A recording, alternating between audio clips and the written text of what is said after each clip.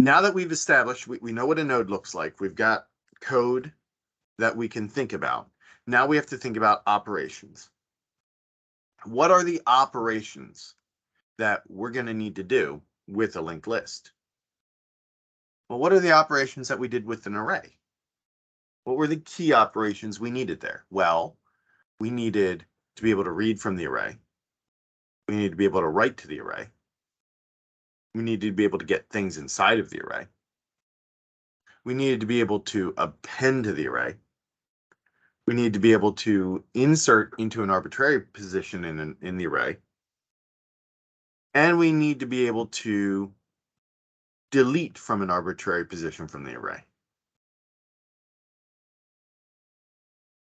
Well, that's what we're doing here, right? And remember, add or insert and append, they're the same operation. Append is just at the end. Append is at one very specific spot in the list. So access, read or write,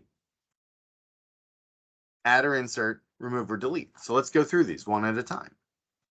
Let's talk about access first, right? And this is going to be trickier in a linked list because remember, we've got this structure. So in an array, if we wanted to get the third element, we'd just say, hey, give me the thing at index 2. But how do we have to get this element in this structure, right? And maybe the third element isn't the way to think of it. Maybe we say next to last, right? Think of it like that. How do we get to the next to last element? Well, we will only really have one option. We have our head. So we start here and we go, okay, go, go, go until we get to the node that we want, and then we can access the element that's inside. So we have to iterate from the head. What's our runtime?